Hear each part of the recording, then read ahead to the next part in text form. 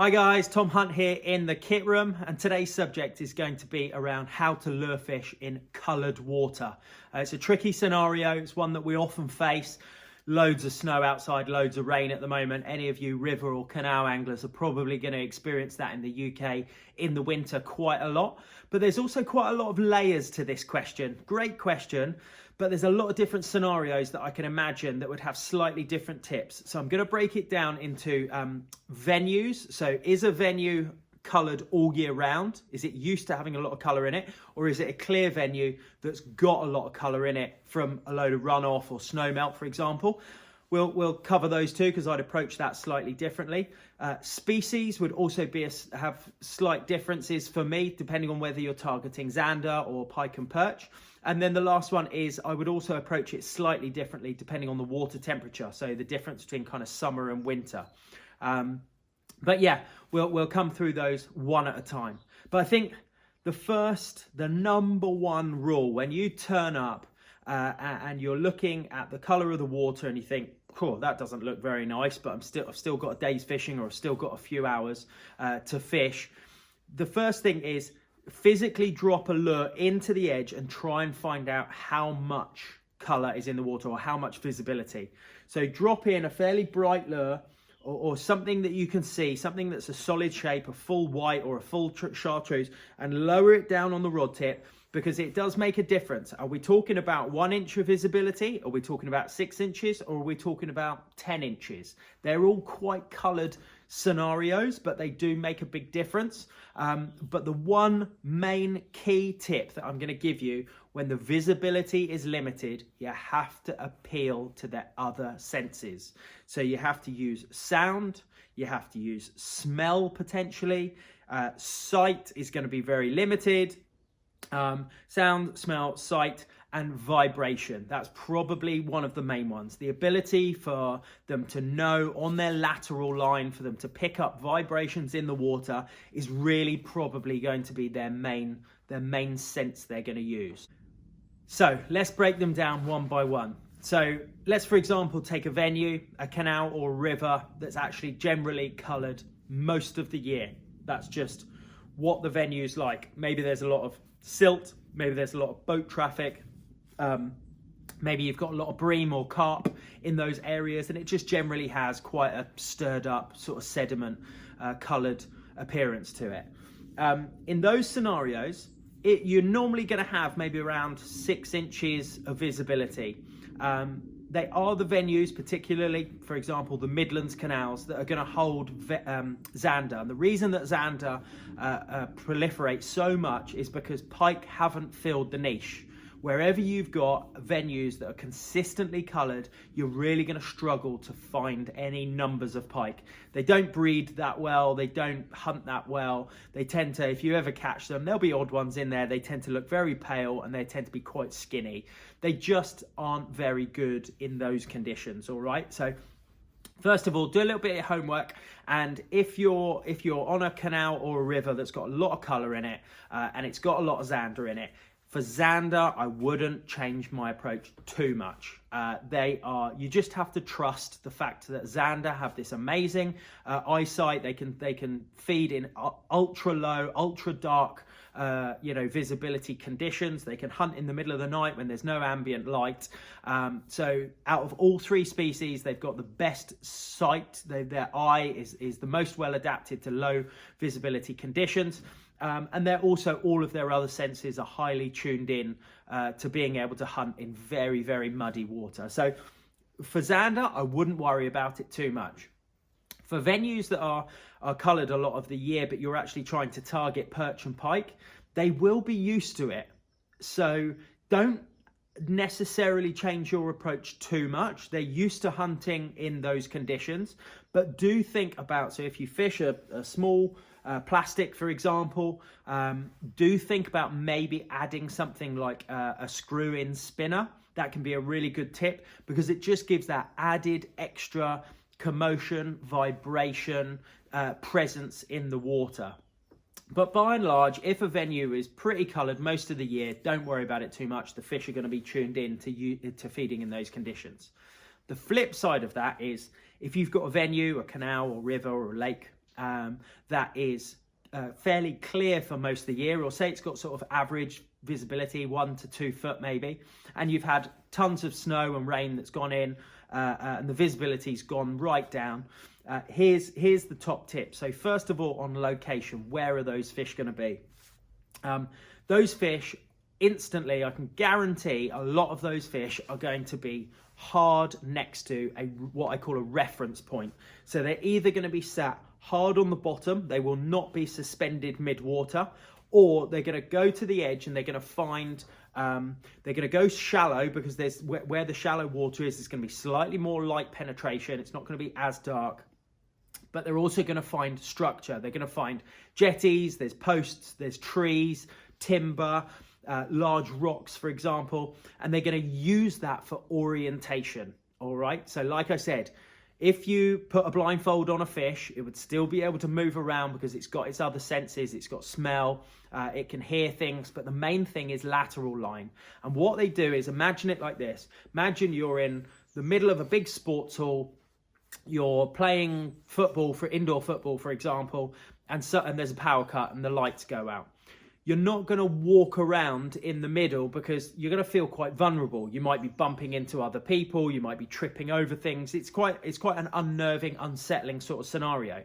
Generally, the first instinct for both us, and I think fish are very, very similar, is they would kind of walk towards the edge like we would find a wall, and we would use that wall as an orientation so that we can either find the door or we can just wait until the lights come back on again. But I want to try and get that over to you, that sense of they're not going to be suspended just swimming around in mid-water. That's not how they behave. As soon as that visibility kicks in, they tend to be very, very low on their activity levels, but they will be hard on the deck or they will be hard next to pieces of structure. All right, so always consider that when you go fishing. So if you're on a river, for example, bridges, locks, anywhere that you've got walls or anywhere you've got standing structure, timber, posts and poles in the water, they tend to hang around that, even though it might still be shallow.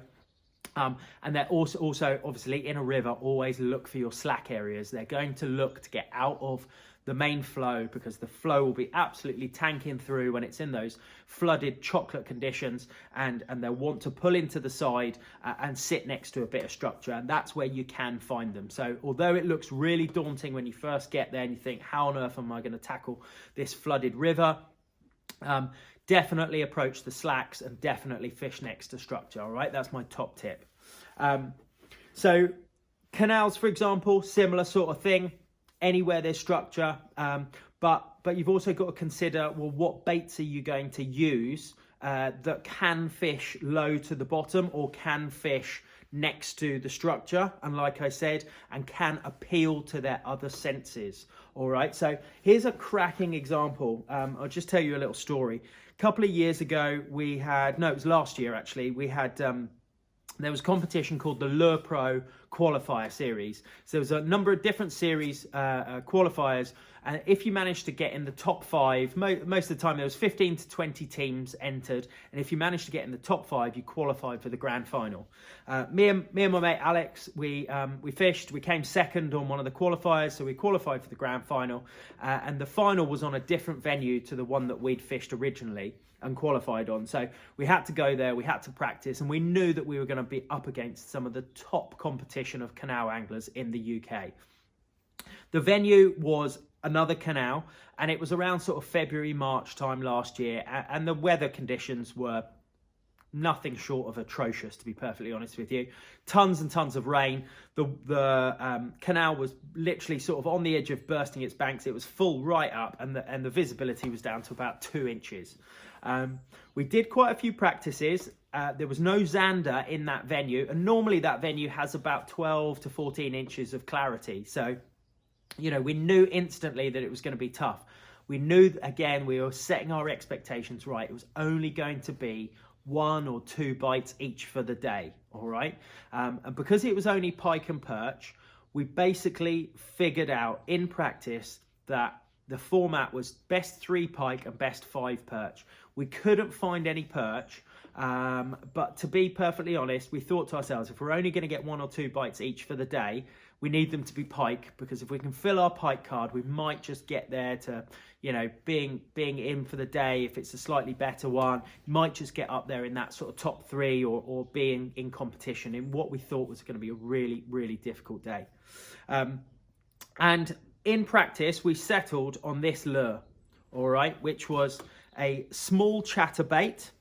So got the Chatterbait blade there, micro chatterbait, and it's on a 3.5 gram jig head, the one that we used. That's what it was. That's what it comes with for that size blade. We fitted a skirt onto it because a black and blue, which was absolutely brilliant. So in terms of colour, you really want to go for something that stands out. So something that's really bold. Think chartreuses, white, pink, or black. They are the most standout colours that you can have in really coloured water. So we settled on a black and blue skirt, and the reason we settled on a skirt was because it makes, you know, it adds a bit of profile size, but it doesn't add too much bulk to the bait. Generally we were fishing for sort of 1 to 4 pound pike, and we knew that they weren't going to be super aggressive. So anything that can go into the mouth that actually kind of folds up into the mouth, that's got a little bit of volume to it, but actually hasn't got too much bulk, was absolutely perfect. And that black and blue standed out really, really nicely. And then we fitted like a crawfish trailer on the back. 2 arms are better than 1. So we found that 2 arms flapping away was better than the 1 sort of paddle tail. And we either mixed it up with, again, either black and blue or a bit of chartreuse. And what this bait was the ability to get it down onto the bottom. And really we were fishing it, so we were just hopping along the bottom. We knew those fish were going to be hard on the deck, so we were trying to fish no more than about 10 inches off the bottom, 6 to 10 inches maximum, hopping it along. But here's a couple of really, really good tips. The first one is, we instantly found that 3.5 grams was too light, and chatterbaits, they're actually designed to be fished kind of mid-water on a straight wind to get that chatterbait blade going backwards and forwards, creating a lot of vibrations. We wanted to use the blade so we had some vibrations, but we certainly didn't want to fish it on a straight wind. We wanted to hop it along. However, with quite a light jig head, we found that by the time you were lifting it up, by the time the blade started working, we often felt that we were 18 inches or maybe 2 foot off the bottom before it started working properly, and that was just too far away from where we predicted the fish were going to be. So we added a few wraps. I think you can probably see that on there. We added a few wraps of lead wire to take it up to about 5.5 grams, and that was absolutely ideal. It was still light enough that we were avoiding snags and stuff on the bottom, but that slightly added weight, that slightly bit of added resistance, allowed us to sort of be quite aggressive to get that chatterbait to work for those short hops that we were doing, but wouldn't lift it too far off the bottom. The other tip that I can give you that we found out last year, and this is amazing, and I've replicated this a couple of times now, so this is a really, really interesting tip. When that water's really cold, be hyper aware of where you're casting, and the main tip is put 2 casts down exactly the same line every time you get to a new swim. So for example, we would stand in a swim, we would put 2 casts that way, so fish it through once, fish it through twice, fish it through once, fish it through twice, fish it through once, fish it through twice. And the reason is the fish are going to be offline. They're going to be very, very low in activity. The ones that are, I call on the fin, when they're kind of interested, they're available to be caught, they're interested in maybe hunting.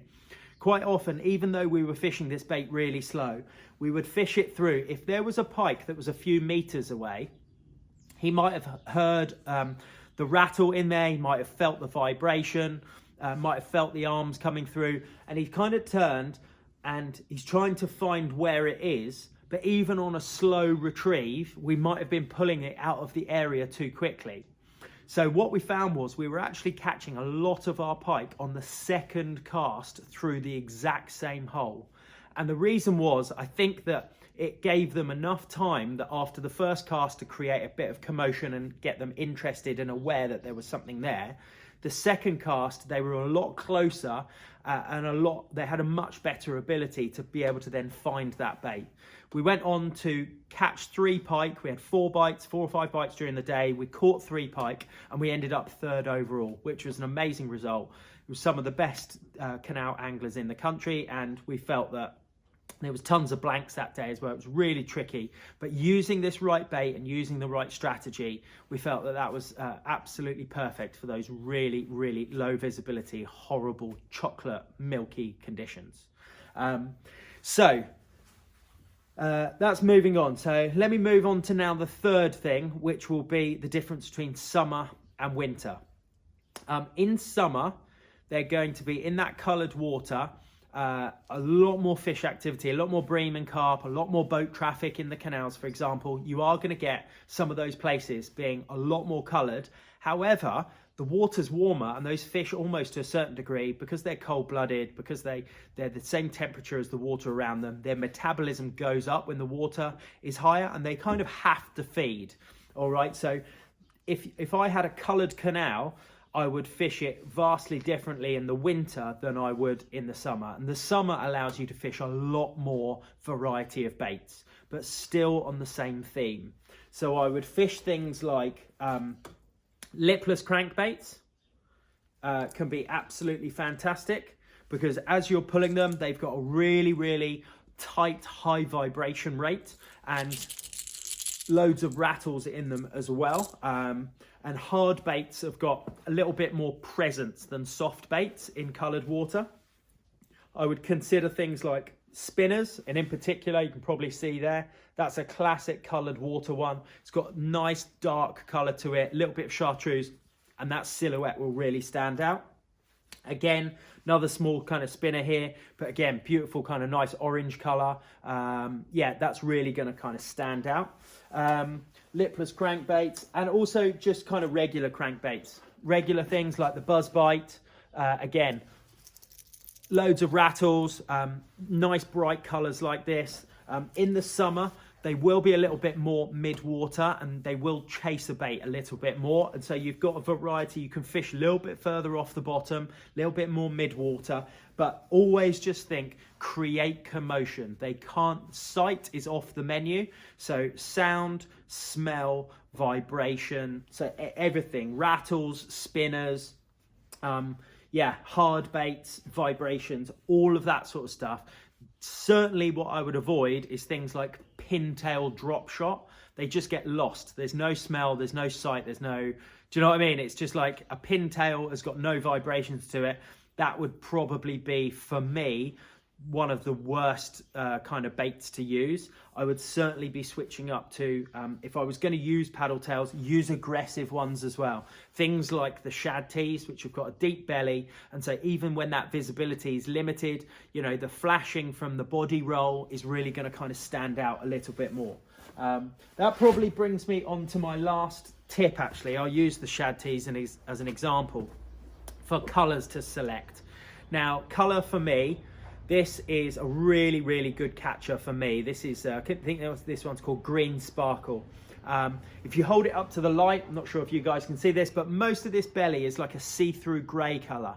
Now, but what I want to try and get across to you is, watch this. As I'm turning this, there's a bit of flash, but not loads. There's not a huge contrast between the back and the belly. If I go for something like this though, although this is a natural colour, it's perch, it's the bling perch colour. And it's got a beautiful, really dark back, excellent in coloured water. It's got an orange belly, again, brilliant in coloured water. But more importantly, the mix between the two, dark, orange, dark, orange, dark, orange, as it's rolling through, really, really stands out. So think about not only just colours. This one's see-through, so a bit better in coloured water. This is also a full colour. No light's going to get through it. Means it's going to silhouette really nicely. But think about those two-tone colours that have got a back and a belly that are different and really kind of going to stand out if you select a lure that's got body roll as it's wobbling from side to side. It's not only the vibrations from the tail and the body, it's that visual. It's just giving you an extra visual you know, when the visibility is so low, they need everything they can get to be able to see it and hunt it down effectively. So there we go, guys. A few tips on how to fish coloured water. Hope you've enjoyed it. Hope you've learnt a few things. Feel free to pop some comments down below if you've got any questions or you want me to make a video on something. Please feel free. I really enjoy having conversations with the lure community out there, chatting away, trying to make videos and trying to help people. So yeah, I don't know it all, but I can certainly try and help. Yeah, so any questions and comments, drop them below. And until then, I'll see you on the next one.